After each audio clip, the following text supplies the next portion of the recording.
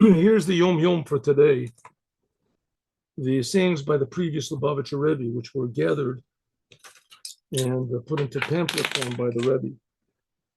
We do not say Shechianu in these 3 weeks, not even on Shabbat. We don't say Shechianu. So if you have new fruits or whatever, put them off until eating, until after the 3 weeks.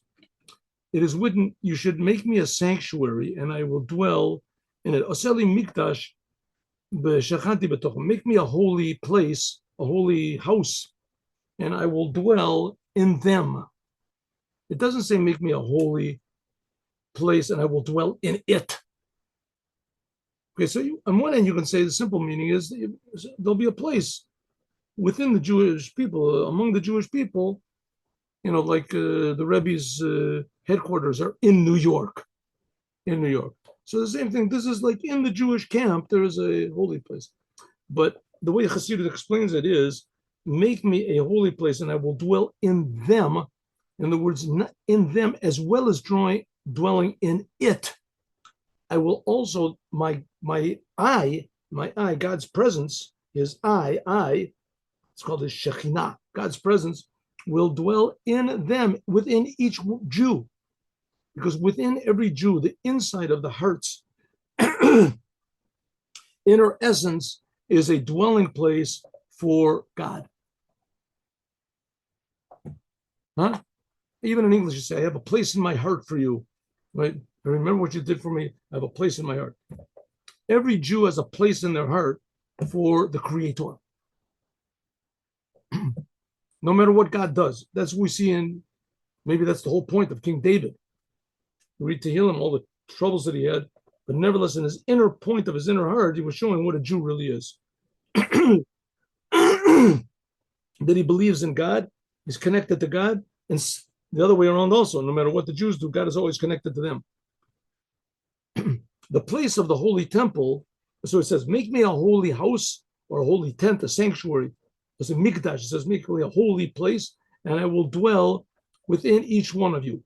The site of the sanctuary is holy, even in the time of exile. Like it says, the Shekhinah, God's presence never departs from the western wall. The destruction was only the buildings. God will never destroy the Jewish people, but he destroyed the buildings to show that he would like to destroy the Jewish people because they go against him, but he swore he would never do it. Why? Because God would get angry at the Jews. That's only the outside. That's only externally, but internally, he always loves them. He chose them. So too is the case with the personal sanctuary within each every Jew. And the foundation of the Jewish people, the essence of the Jewish people is always clear and pure. Like King Solomon said, I am asleep, but my heart is awake.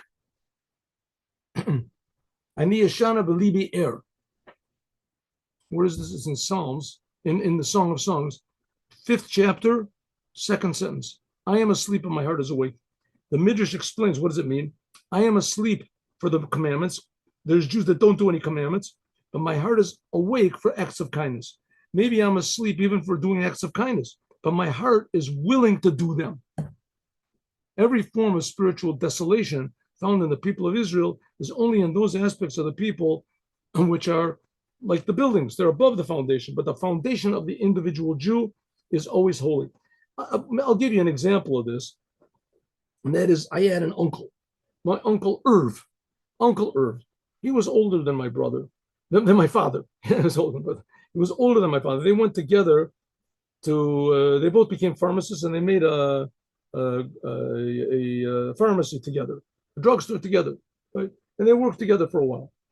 And he was a very not happy person. He almost never talked to me. I never saw him smile, never saw him anything. Once I caught him in the back room, he was drinking from a bottle of wine. He was not a miserable person. And especially, he was anti-religion. I was not religious myself, but I wasn't he was totally against anything that even had any, little bit of Judaism to it, nothing whatsoever, wanted absolutely nothing to do with it. When there was the 6-Day War, my father told me, when there was the 6-Day War, all of a sudden, he took all of his money out of his bank account, all of his money. This was talking about 1950s, the 60s, when was the war, 67, 50s and 60s. So in those days, he had like $50,000 in the bank, which today That's like, $300,000. I don't know, a lot of money. Took all of his savings and he gave it to Israel. The whole thing. Now he had no connection to Israel. He had no connection to the Jewish people. He had no connection to anything Jewish whatsoever. How much more so a country of Jews, a whole group of Jews. What did he care? Jews. But suddenly, and that woke up something inside of him, and that was the way that he understood to express his Judaism. Right? That was the ultimate Jewish thing that he could do.